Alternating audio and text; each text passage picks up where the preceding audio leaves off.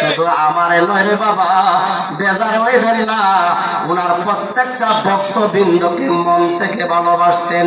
উনার মধ্যে একটা মনের লেনাদেনা ছিলেন। আল্লাহু আকবার, ইয়া রাসূলুল্লাহ, জিন্দাবাদ জিন্দাবাদ জিন্দাবাদ জিন্দাবাদ।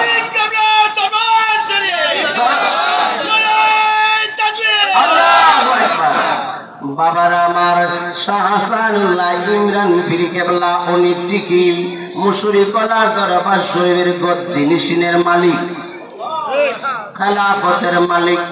শাহ হাসান কেবলার বড় ছেলে শাহ আব্দুল আজিজ পীর কেবলা দলিল মোতাবেক গদ্দি নিশিনের মালিক হলেন।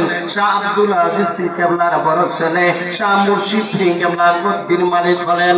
শাহ মুর্শিদ